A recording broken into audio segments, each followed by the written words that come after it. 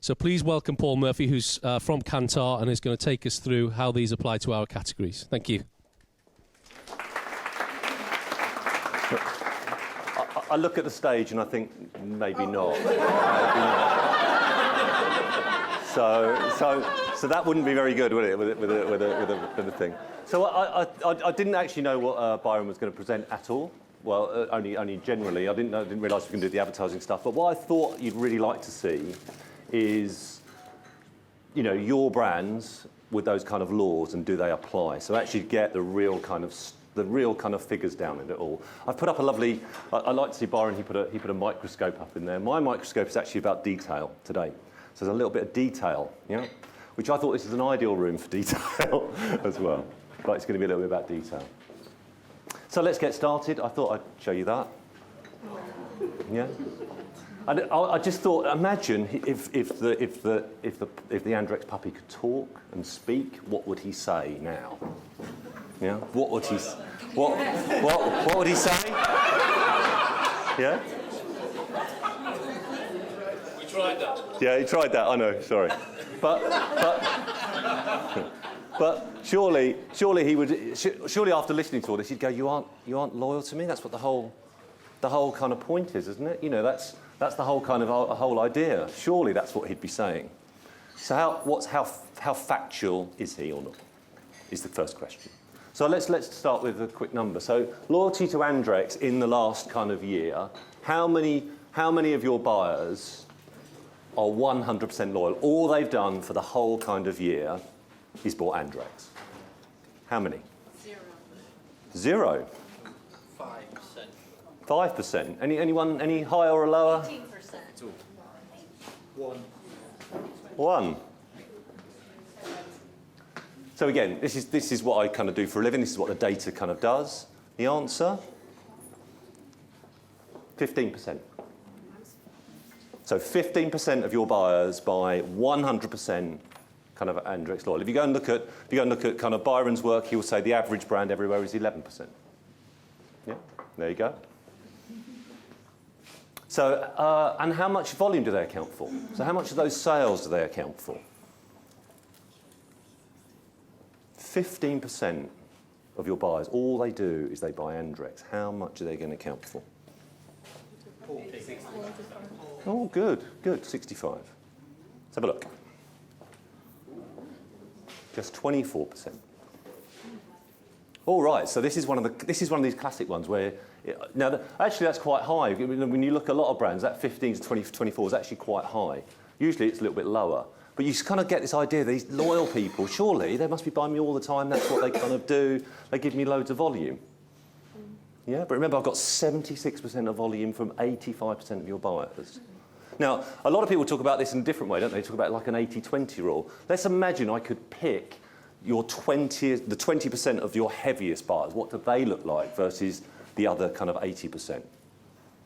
Now, so the 80-20 rule. Everyone knows the 80-20 rule, don't they? Remember, this is real life. This is Andrex again. So how much of the top 20% of your buyers are going to account for your sales? Probably about 30-40%. 60. So, I'll go for 40%.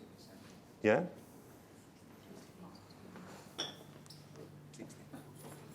55%. Remember, I had those loyal buyers giving me just a kind of an index of 15 to 24. Now I've got almost a 2.5 index. These people seem heavier. These people seem heavier. The Pareto's law, not as we know it, is actually one of the reports. I love stealing stuff. That's all I kind of do. Yeah. And that's actually one of the kind of reports. Obviously, Pareto's law says 80-20, counts for 80. That's a typical kind of result, actually, of what it is. So really what we're talking about, let's look about, the 100% loyalists actually give you 70 roles in a year. That's what they buy. They're 100% loyal. Yeah? 15% of your buyer base.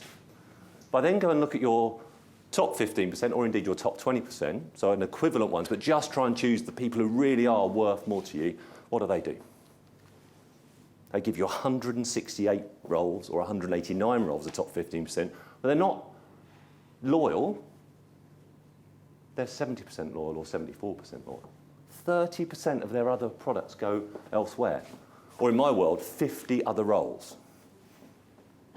Now that's what we talked about when Byron was talking very much about this whole kind of loyalty, and that's what you are. Loyal people are basically just light people. They're light buyers. What you really are, what you've got, your real core buyers are also buying other stuff. 50 rolls of the other stuff, if I take your top 20. Now, can I get those 50 rolls back? Probably not. I think that's probably how that's going to work. So we talked about what you're trying to do. Again, back to the kind of nudging theory.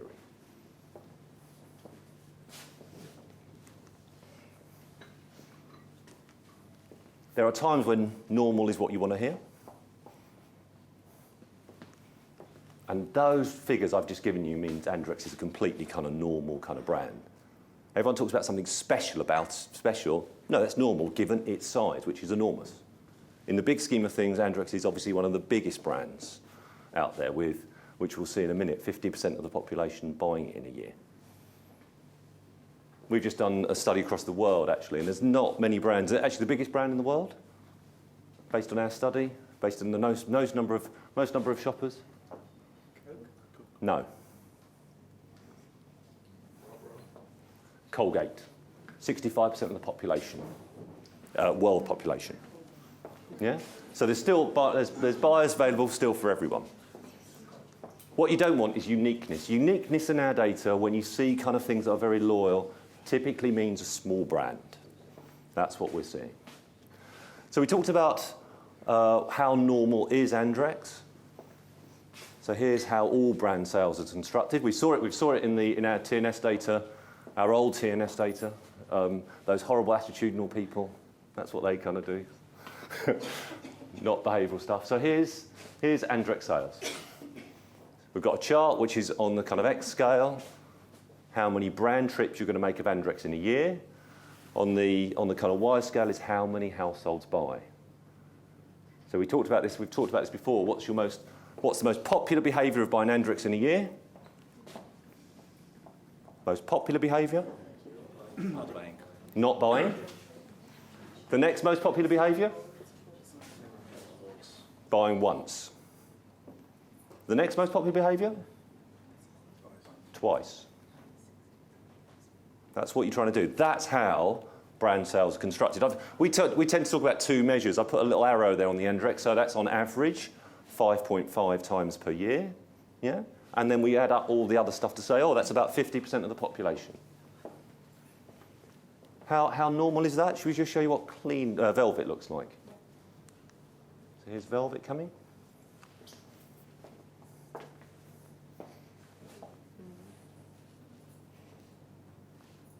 Right, so Velvet looks like it's the same shape, except it's been squashed back a little bit. Less buyers, buying you less often. If I looked at loads of markets, that's how it's constructed. All the famous brands in the UK, or indeed, if you go to France or if you go anywhere, will look exactly like that. Just to reiterate that point. So here's Andrex, more buyers, more frequently, and actually more per trip. Obviously, if you multiply all those three things together, you get sales. Andrex is twice as big as Velvet. How does it become twice as big? It has more buyers. In this instance, as percentage-wise, as many more buyers and trips, and actually gets more per trip. Not saying it's getting more value, but it gets almost this triple whammy here. That's a quick question. Does Of course. label operate like any other brand Well, in most categories? It tends to do. Obviously, we've got a distribution kind of issue. But if you lumped it We'll see that. together, You'll is see it. that- Well done. I only paid her about 5 or, thank you. But, there it is, yeah? There it is. But you can see why we talked about in the first instance about the same thing. Oh, loyalty isn't what it's about. It's about this kind of thing of getting everyone to know and certainly know you and then to get you to buy you probably once a year. So I'm going to do this in this chart, actually, nicely. So here's this nice chart. There's Andrex with my sort of 13 million buyers buying me 5.5 times, and Velvet. You can see, how does Velvet overtake Andrex? How do you think Velvet's going to overtake Andrex? it's going to need another 10% of the population to buy it. Now, you might not believe me, so let's put 2 more brands on there. Oh, now we start seeing the same relationship all the way through. One more, total private label. I think we can see the kind of direction that you need to go. Why you're going to need kind of more buyers. If you actually read all of kind of Byron stuff and obviously Andrew Ehrenberg stuff as time went on, it's all about how many buyers you can get. If you can get the buyers, typically the frequency will come. Until we start looking at you a little bit later on. Then, in the data, so that's typical, but in the data you will see odd examples. Oh, Nikki. So Nikki is a brand that has less penetration. Sorry, the size of the bubble is the actual amount that people are getting per trip. But Nikki looks an odd brand, doesn't it? Because it's got less penetration but still got a pretty high frequency. Doesn't look like it follows the rule, and I've got Regina on there as well, not quite following the rules. Why is that? Distribution. Right, I've put, this is a chart which kind of just shows you, all I want you to look at is the black. It's actually basically the share within retailer. The black is Nikki's share. It's only in the tail called the rest here. 95% of its sales are in the rest. It's only there. It's got no other competition there. That's why it looks odd. All the other brands are always competing almost on the shelf all the time in the major outlets. So it's a distribution kind of led issue. So when you look at the data and you start seeing oddities, distribution is a classic one.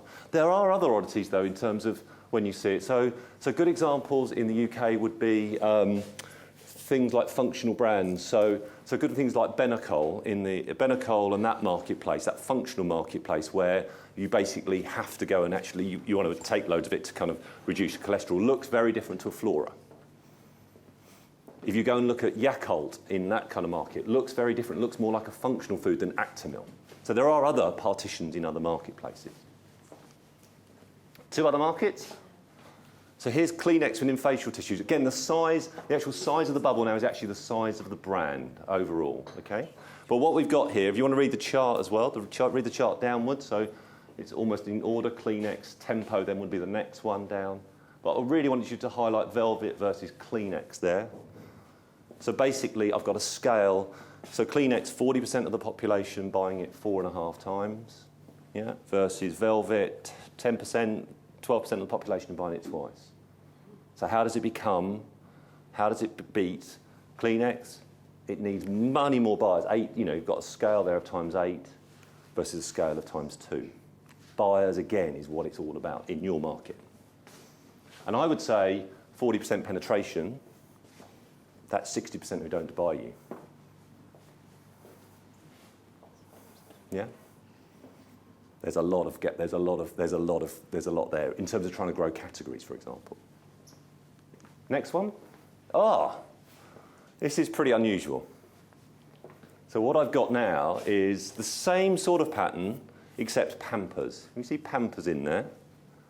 That's actually the biggest brand in the marketplace, but it's got less penetration, similar, everyone's got a similar kind of, in baby wipes, everyone's got a similar kind of weight of purchase. Again, the same sort of rules apply when you've got Simple down there at the bottom. So why is that? Johnson's has some adult use. Why is Pampers doesn't quite follow the rules? Why is that? What's that done? Good. It's amazing when we look at all this data, isn't it? I don't know who's on the baby wipes area, but it's kind of interesting, isn't it, when you look at it? This is the kind of rule. So, the reason why that is when you actually look at, I've compared it against Johnson's, not against you, but actually what Pampers manages to do in certain stores is sell massive packs with over kind of 500 sheets, and that compensates. So this kind of it won't get a lot of reach, but the actual amount per trip compensates for that. That is a really rare example in our data. Trying to get people to spend loads of money to compensate for that loss of penetration and that winning overall. That's really rare. Very rare. So actually, by the way, when I saw the data, somebody ran it for me, and I went, oh, that's got to be wrong. It's got to be wrong. So I had to look at it and go, oh, no, that's what it is. And it doesn't happen everywhere. So, but you look at there, and if I was Sainsbury's, would say, you know, is that good for them to try and get there? That's what they'd be trying to do. But this, we were talking about, remember, the things that happen in every marketplace, it's generally kind of there. So if you were summarising, all roads lead to the same place.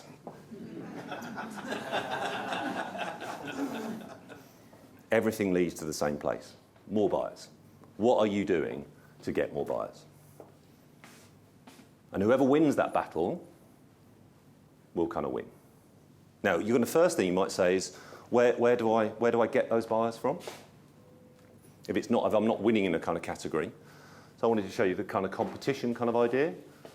So if you actually look at, again, the Y scale here, hopefully everyone's following me. I told you it was quite technical. Yeah? Yeah? Please stop me if you don't. So the first, what I'm showing you here is look at the Y scale. So 50% of the people buy, if you're an Andrex buyer, 50% of people also will buy Velvet.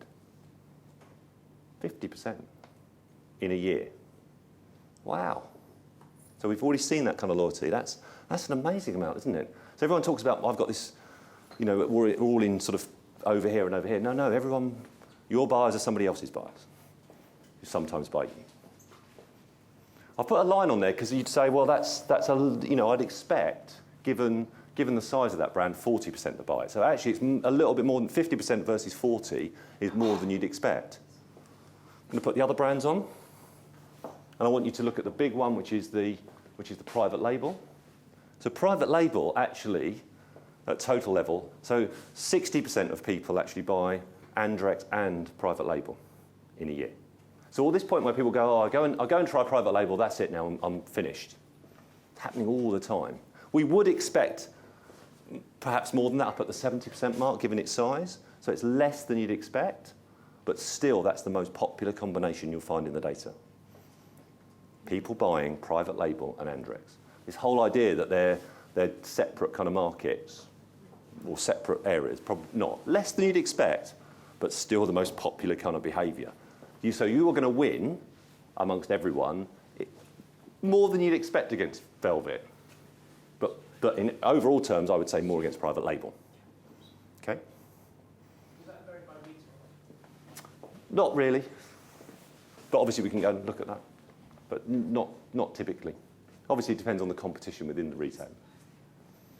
Now I wanted to look at a thing. What I want to look at, what I'm showing is a lot of static pictures. We take an awful lot of static pictures. I'm trying to look at something now a bit moving, because that's really what we're trying to do.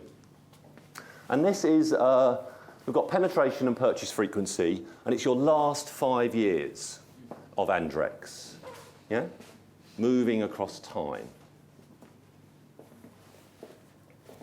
So what it kind of says is you've been losing penetration. At your peak, you had about 55% of the population buying you. Now you've got down to 48% of the population buying you. But your purchase frequency's gone up. Wow. Hopefully everyone goes, that's the opposite to how brands grow. Yeah? That's the opposite to how brands grow. You've actually got, so in 5 years' time, over a 5-year cycle, you had 10% less kind of almost Andrex in baskets, frequency times the number of people. Well, were you netting out the impact of Costco, discounters? That's everything in there. That's total. Total everything, yeah? So that's everything in there. So I like that. That's kind of saying, oh, I want to put that in context. So remember the chart I showed you with everything? Right, that's 5 years of marketing going on there. I'm just showing you Velvet and Andrex, all the dots. So the darker the dot is today, the lighter the dot is 5 years ago. Look, Velvet has stayed almost, every bit of effort stayed static almost in its place, hasn't moved. So your movement, that 55 looked a bit odd, didn't it? Almost going that way. Almost gaining trial, but not gaining any kind of frequency. Now, there's lots going on. I'd love to explain it all to you, but my time is short in terms of that. But there is lots going on of like you're winning an account, you're winning in some accounts, you're losing in other accounts. You become a lot stronger in kind of Sainsbury's over the kind of time period. Tesco over the time period. So there's lots of elements going on there. Overall, if we go back to the kind of the advertising picture, you still say in a recession, there hasn't really been a lot of change. Not a lot of change. It's almost this standing still. It's almost like the greatest tennis match you've ever seen in your life, where people are just basically continually hitting all over the time. The point never stops. Sometimes you win a little bit, sometimes you lose a little bit. You're never quite sure. So no one's had a knockout punch, I would say, on there. I would argue, but what's going to drive both measures for you is something you should be considering. What is going to make that difference to get the additional buyers who are also slightly more, who will buy you more frequently is really what we've got to talk about. I love time series charts. It's the most underutilised chart I find. That's in the whole thing. Again, just to reiterate the stability, this is 5 years of your brand share from our data. So it's not EPOS, but it won't make a dramatic kind of difference here.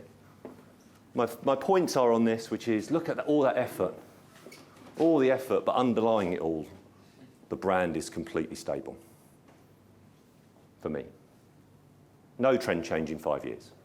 What I've been looking for, one of my kind of things that I love doing, is trying to look for, is there ever any trends in shares, or is it all about step changes? So Byron talked about when you see a distribution change, you see a step change. What we find an awful lot in our data is very few trend changes in shares. Most of it is step changes, and I'll talk about what causes step changes in a minute. Okay? But we find, actual fundamental shifts. You obviously see new brands come in, but actual big brands kind of changing share on an ongoing basis, quite rare. Anyway, how do I explain this? So basically, I don't think there's been a lot of change over a 5-year cycle. Basically, when you promote, you can get over to about 35 share points. You haven't done that for about a year and a half. But you've had a slightly different cycle on there. And that's effectively your low share when everyone else is promoting, is what we see. That's what kind of happens. And only recently, so you had that lovely period where you didn't get any sort of really big dips. Now you have. And actually, that's only up to May. I had a quick look at our recent data. You see another one. So there's more pressure on that in those kind of areas. But fundamentally, I still feel it's a static kind of area. So what's going to make the difference is really the point that you kind of say. What is it that when you say, I don't know what your sales target is, but what is it that's going to say maybe you get double-digit growth in a really tough market like this? I think you've got to think about 4 things. So I'm going to use the same mental and physical. I don't think you can go anywhere without what Byron was talking about beforehand. If I want to use another, I did a presentation earlier in the year which said advertising is either nothing or everything. And to reiterate what Byron was saying, it's nothing when you look at the short-term sales effects. So if I went back to if I looked at where all the advertising is on there, where is it? Where is it? Can't see it. Apart from 27 share points every single week. Yeah? Now, I know what you want to do is get it to 28 and 29. But don't underestimate the 27 share points. In a recession, when everyone's saying, oh my God, I can't afford it. It's what currently pays your salary. Yeah? So we've got the mental kind of side. I've just tried to put up your distinctive images, or your assets there, all in little montage. So I love your point about colours. In my head, so I love the sample of 1, which is me. Which is that kind of, when I go and pick up a 9 roll, all I remember is that picking up of the 9 roll and the lovely little kind of, how hard it is or how it is. That's how that's my kind of trigger. But then there's the physical things. The physical things is what we see a lot in our kind of data. Let's talk about those. First thing is external factors. I bet P&G were incredibly happy when you decided not to sell any more Huggies nappies, for example. Yeah? Did they really make hay while they did that, though? You know, when you said not that. But there's a classic one about the competition. So the competition can really kind of affect you. Obviously, the other thing about external factors is the beautiful weather can make another big difference. Or a nice kind of, you know, everyone getting a cold or a flu can make a really big difference to certain kind of areas. So external factors, can't do anything about those, but can you utilise them well? Right, the first thing is more presence distribution. I'm amazed in the data, actually, again, with the Andrex example, how different the private label levels are by store. Why? Is what I said. What is the argument? And I'll talk about that. Why? So that's the first thing. Can I have a better relationship with my customers? That's the hard nose of it all. Might be absolutely nothing to do with the consumer, actually, the more I look at it. The more it's to do with, can I have a better relationship? We're talking a lot about incremental MPD. So what is incremental MPD? What is it's going to make a difference? I'm just going to show you some charts about how difficult it is. but really, that's what we also see as the real thing that makes the kind of difference. One of the big issues, and we haven't really talked about it, is how much money should I spend on trying to get my MPD going versus keeping my core going? And that's what, you know, in terms of particularly on that mental side. And utilising those assets. And the third one we see, more price promotion. So they're the kind of the four things. And I think the real kind of thing for me is a really interesting thing for Byron is, can I just change my mental structures without changing anything physically and still grow? Or have we just talked about something which says, I keep my mental structure to stay stable, but can I take my existing core products that I sell today, just get my mental availability up a bit higher? Will that make a difference? I'm not so sure. I think you still need some physical things to happen. One of those kind of three things. Let's talk a little bit more in detail.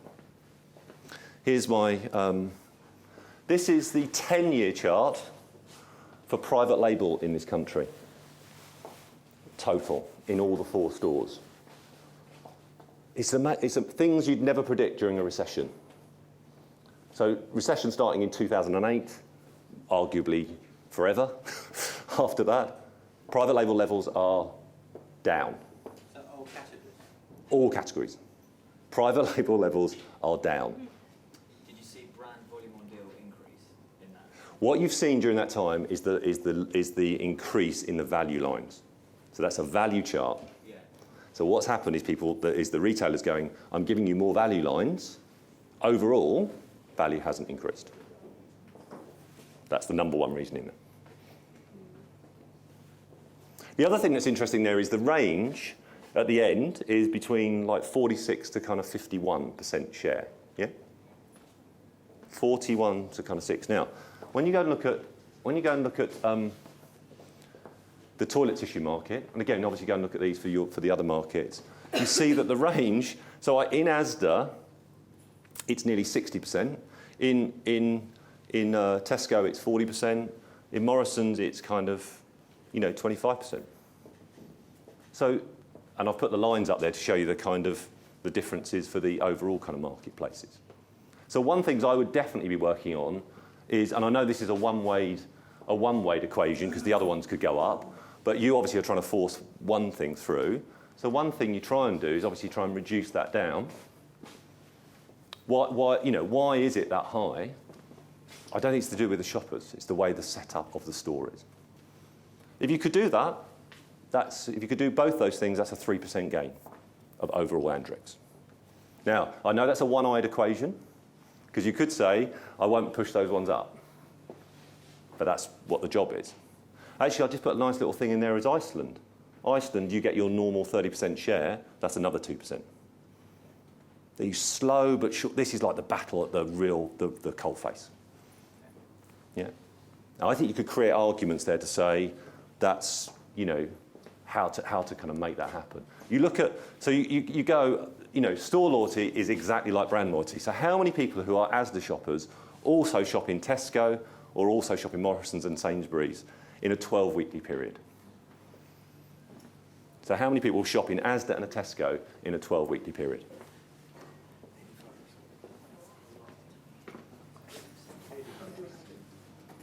70%. So why have I got a 60% share versus a 40% share? That doesn't explain it. So there's these tiny kind of battles worth about that much that you've got to keep battling away to get those kind of relationship changes. That's about setup. That's why you do all the kind of ranging work. That's why you try and do all that kind of stuff to say, put me a little bit higher in that mental availability set in the store. Now I know it's not marketing, but it's so crucial. You can see the differences when we're in those kind of store relationships. Right. Let's talk about MPD. So we've been looking at, in the UK, we've looked at 7,600 launches because we like doing kind of the same sort of idea and saying, what's the probability of getting past 5 million? Sorry, that's my mathematical brain there. I was going to use the word odds, but then nobody understands odds, so I'm going to use probability. So what's the chances of getting past 5 million in a year with an MPD? Of 5 million? 1%. 1%. Well, only 1%. 5 million? Less than 5%, 10%. 3%. So how many, for something like Andrex, how many kind of 5 million brands do you need to get, say, to get a 10% growth? It shows you how really hard it is. Really hard. And then we're going to go, how does it work? So there they all are. We also have a penchant for putting as many dots on a chart as you can possibly imagine. What we've got here is basically penetration of, and they're all the MPDs. Here's penetration going that way, and then there's the sales. I put a line there as that 5 million mark. So I've got an 84% chance of getting to the 5 million mark if I can get 1.3 million people to buy me. Yeah? I've got a 33% chance if I can get 650,000 people to buy me. Again, this is about penetration. When we come up with MPD and ideas, have they got enough reach? Have they got enough reach to really be able to go and get loads of people on there? That's what we're kind of saying. I think people and reach, we actually look at the whole idea of repeat and loyalty, and they don't correlate with what the size of the, they don't correlate with the size. The thing that correlates is how many people buy the new product. Now, we're looking at the end process. I imagine there's been an amazing amount of testing going on that says the product's good enough. But it's very rare to see a product that gets an amazing amount of trial and not enough repeat. Yeah? Trial is what it's all about. So if you're looking for something like 5 million, I think you need about 700,000 households. What ideas got that style of reach? And how much money do you need to spend to get to that level? I love my pick and mix chart. So I've been looking at all the brands that have grown in the UK by 3.5 share points in a 2-year cycle. And there they all are. I then looked at whether they grew their core SKUs. So that's the SKUs that have been around all the time throughout the whole time period versus everything else, so new SKUs, in and out SKUs. And so you add up that one, that's down 10 share points. That one's up 15 share points. Overall, up 5 share points. Shall I do that over this way so you can all see that? So I'm doing here 10 share points, up 15 share points. That's up 5. Yeah? So if I put a sort of a median on there, typically the brands that are actually growing by 3.5 share points slightly lose, on average, their core lines and actually grow faster their new lines. So actually it's a decline of the core. Now, when you're in the middle, that evens out. And when you're actually then you start really losing, your core goes through and you can't get it quick enough. New doesn't replace it enough. As I said, this issue of can I get my existing lines that I sell today with better memory structures than ever before, will it make a significant difference or not? We find that hard to see. Yeah? So from the data, we love physical changes. That's what we see. Now, maybe we're wrong, but I think that's what we kind of see. My final one's on promotion. Anyone know what Have I told you what it is? I have told you what it is. So this is Andrex sales in the co-op. Yeah? And it's not share of within the co-op, that's share of the market. So when you used to promote in 2010, 2011 in the co-op, this is Andrex, used to take 9 share of the marketplace. Yeah? In the co-op. That's going down a bit. Yeah? Now, this is what I'm trying to prove to the point here again is it's not difficult to understand what will happen if you go off deal, because you did that in 2009, 2010. That's the kind of sales you get. How do I kind of get more and more movements in there? Well, if you actually look, you used to do 4, now you do 6, because there's the co-op, mostly because the co-op's got smaller. That's why your uplifts have got smaller. Although you have changed some of the deals in there, but that's why. But think about what we talked about, the 2% gains. Let's imagine you decided I'm not going to promote again in co-op. Pretty easy to work out what I think will happen. And that's forgetting about any pressures on extra SKUs. That's a 7% decline. Because I think somebody else will then take the place. So one of the problems you've got obviously with promotion is that. It's huge. It goes through, it pervades all the way through the kind of data. What do I do to stop it? Obviously, the best thing is to get the whole category to stop. But that's the dilemma of it all. How do they kind of work? As I said, I think there's a whole area on this in terms of how they work. We've talked about the increasing kind of probability for everyone. I think that's how it works here. It's not true for everyone, but for you, I think we're seeing basically everyone has a higher kind of chance. Some in smaller brands, I think it's more like the lighter buyers coming in a bit faster. But generally, when you look at the probability, it affects everyone. You do see some short-term penetration gains all the kind of time. But the real problem is the scale of these things. How do you get out of that? And I know I'm showing you a start case here, but that could be, if I looked at baby wipes, but don't think everyone in the same kind of boat. But that's the kind of noise. Again, how does memory structure help? Will it actually lift? How can we lift it up? How do I get a step change that lifts it up? So that's all I wanted to say today. We talked about the physical and the mental. Rather than leaving you with the things that I've told you, these are the things I think you should be thinking about. So, what is that better relationship with a key customer? I think the whole idea that Asda selling 60 and Tesco selling 40 is to me is amazing.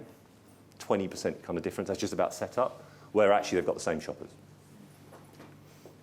New MPD appeals to more non-buyers. How are you getting to more non-buyers? We talked about examples of markets that have changed, that have grown, or categories that have grown. I think a really nice one was actually Kellogg's, and so they went forever on. Can you eat breakfast cereals at morning, noon, lunch, and night? I don't even remember the ad. Like they eat it all the time, and they finally realised that isn't going to change. Fundamentally, you eat breakfast cereals at breakfast. So what did they do? They made a bar, called it a cereal bar, and said, "Oh, do you want to eat that at 11 o'clock and as a snack?" Yeah, we'll do that. And that's how they grew the kind of market. Maybe for something like Andrex, there needs to be that wider thinking. It looks really hard within the marketplace, but obviously risk. What sort of ideas have got really mass appeal still on there? So more promotional events is the physical thing. Fundamentally, we see there's an awful lot of work going on optimization. What we find, again, the real difference is when people do more or less. Trying to make those uplifts bigger with the same amount of money, really hard. Really hard. What you see is people doing more or less. That makes the kind of big difference. And then fundamentally... Sorry, can I ask a question? Yeah. Are you essentially saying that frequency, in that sense, don't de-escalate on frequency, but find your de-escalation more in depth? Yeah. What I'm saying is is if you're trying to say, I'm trying to get these uplifts back to that level with the same amount of money, that's hard. Most people then say, so we would say, actually, why don't you have a permanent deal? So 100% frequency Yeah.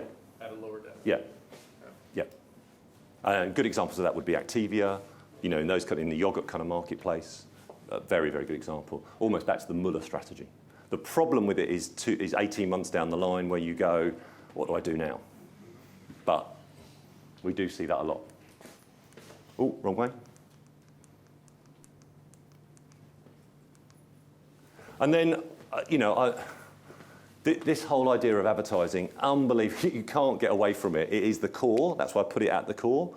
If people didn't understand that, when it's brilliant when my 11-year-old today says, Dad, what are you going to go and do? And I said, I'm presenting on, and I went to him and said, I'm presenting on a puppy. And he went, Andrex? Yeah. 11. You can't get away from that. That's at the core. That's why everyone pays more money every day at the fixture. That's why you've got that stability. The question is about growth. Is it, you've got to keep it going. Can I keep going with that, and will it actually kind of grow? Can I get that even higher on a scale and grow? And that's the kind of thing. Maybe if I'm saying, again, this whole idea of covering every purchase act, we are a company with single source data, so we see that kind of work. It's still not that easy, even with single source data, to understand the kind of effects. But I do believe in more continuous kind of advertising. And again, we talked about all the people that remembering the kind of brand. A really good example of that is Tesco Venture Brands. Everyone remember Tesco Venture Brands? Yeah? No? Okay, so Tesco decide that they want to come out with a brand that isn't a brand.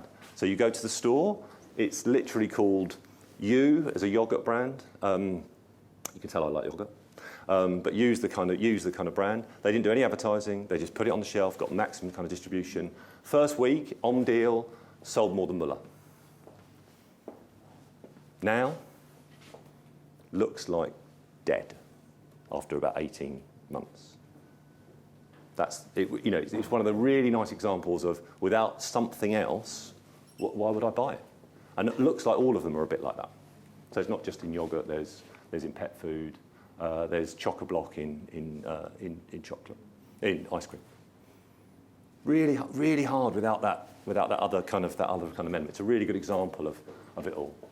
And so my final point on that would be, this point about it's every day. So what have you done to increase those chances every single day that Andrex is Andrex has the higher probability of buying Andrex, or indeed Kleenex, or indeed Huggies? Okay, thank you. Hopefully that was added to Byron's part in terms of showing your markets that that you're in that world as well. Thanks very much. Right.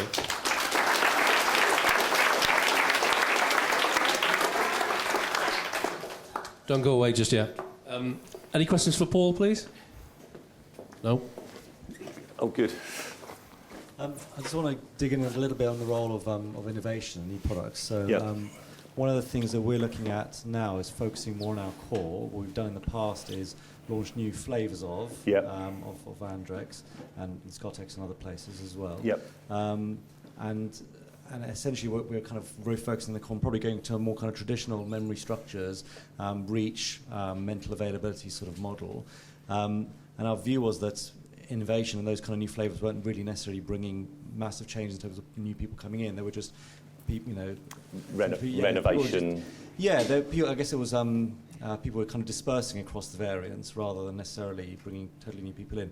What do you mean when you say new NPD appeals to more non-buyers? Is that more like Kellogg's example of a totally different category or creating a new category? Not necessarily, but you do see kind of a really nice example we've got at the moment would be the wonderful McCain baked potato. So McCain baked potato, brilliant ad. Go and look at the ad. Just goes, takes 5 minutes. Yeah. So that's about an 20 million pound brand. They weren't known. They're a potato company. Obviously, that doesn't steal from, or not much, from their chip market. And so they can actually launch it. It's an issue that somebody went, right, I think it takes 50 minutes to bake potato. I'd quite like it in 5. So there's a really good example of them still having potatoes, but stretching the kind of brand and not stealing from, not having a one-in, one-out policy. So one of the real problems with doing flavour variants is somebody says, yeah, you can have that one, but you've got to take this one out. Okay, so I think the equivalent for us would be, for example, the Andrex washlets, which is an incremental usage opportunity. Yeah, absolutely. So it's more, you'd say more of that sort of stuff rather than necessarily the flavours. I would certainly certainly say that. Okay. Because you've got a much better chance of that. Yeah. You can see, I love the Coke ad. Actually, the Coke ad's really interesting because obviously they're trying to create new occasions for Coke. And so, and actually trying to actually say, right, actually, can you have it with food? So that's why a lot of their subsidiary advertising outside of happiness is trying to say, remember, Coke's better on a Saturday night with ITV. That's just to say, right, put Coke at that time when you're eating, that kind of stuff. So that kind of occasion stuff, do you need a new product with the occasion or not, is an interesting one, but usually you do. It's really just the build, which is, I don't think you can ever distance and separate incremental MPD and distribution, because the times when Andrex has grown has typically been when incremental MPD is actually forced through incremental distribution, which is then translated into much faster than CAGR net sales growth. Yep. And I do think big brands can get more than 5, that penetration number. There've been times when we've had MPD that have 8 months and we've got 10% penetration. So we should be, great. For our category like ours, should be more ambitious. We've just been looking at another. If you saw a chart from us, we're just looking at Deep Ridged. So Deep Ridge looks like a £40 million brand. Looks amazing, until you realise what they did was they moved all the money from all their standard walkers into Deep Ridge, and it actually the overall brand looks about the same. Yeah. And we see that a lot. That's what we mean by incremental. Yeah, definitely. Yeah. No, it's a really important measure. Yeah.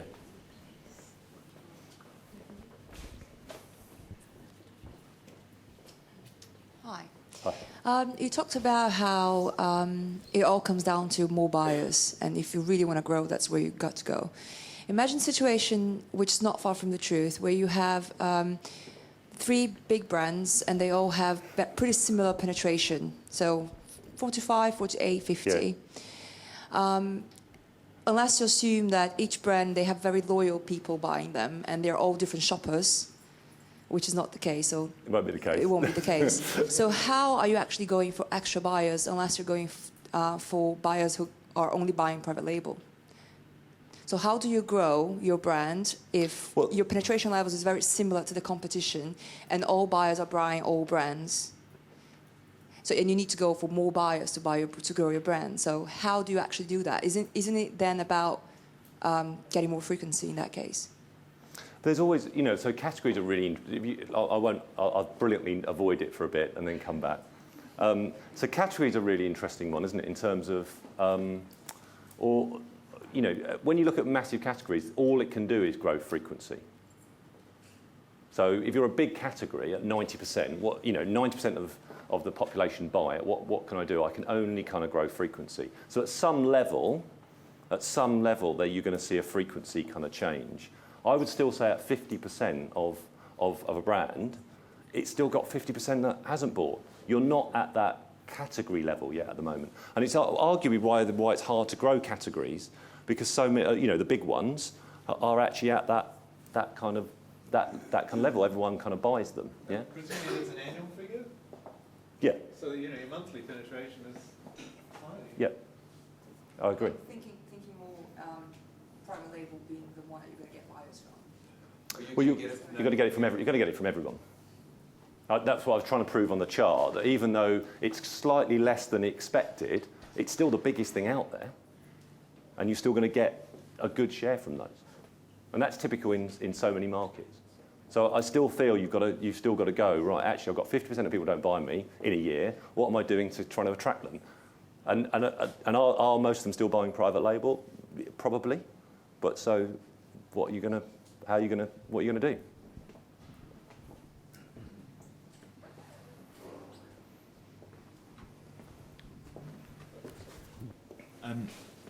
In your role, you've got a great overview of every household consumer goods category. Which Yeah. are the categories in the UK that are doing the best job of growing category value right now? I look Great. at some of our categories like laundry, who seem to be just going to half price.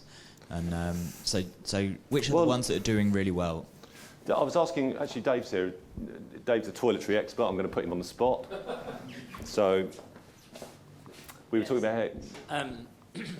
So to pick a toiletries category, I think hair colourants over the last 3, 4, 5 years has been a category with continual growth, mainly through NPD, which is about Premiumisation.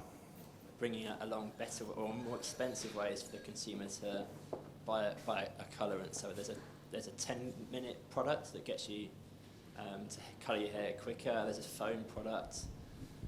And every year there's a bit of innovation. So it's the one in, one out idea, but it is still getting the shopper to spend more each time. I think this point of what growth is as well, isn't it? Could I get people to spend more at that trip, but not increase the frequency? So this premiumisation is. So again, in a recession, should you try and still have more premiumisation? I think the baked potatoes. By the way, how much is a baked potato? How much do I have to pay for a baked potato? The McCain one. See, this is really interesting on pricing generally. No idea. 5 times normal and 5 times normal. £2.50. One potato. No, not one, for two. Convenience pays, so great.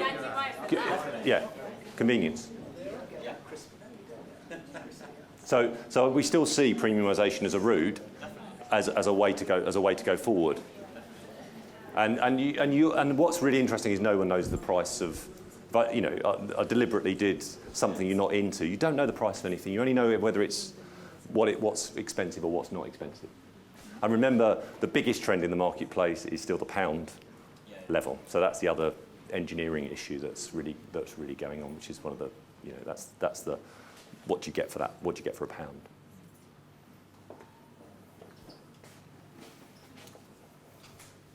Any more? No? Okay. Everyone's focused on lunch, so Of course. thank you very much. That's Can I have a round of applause for Byron and Paul, please?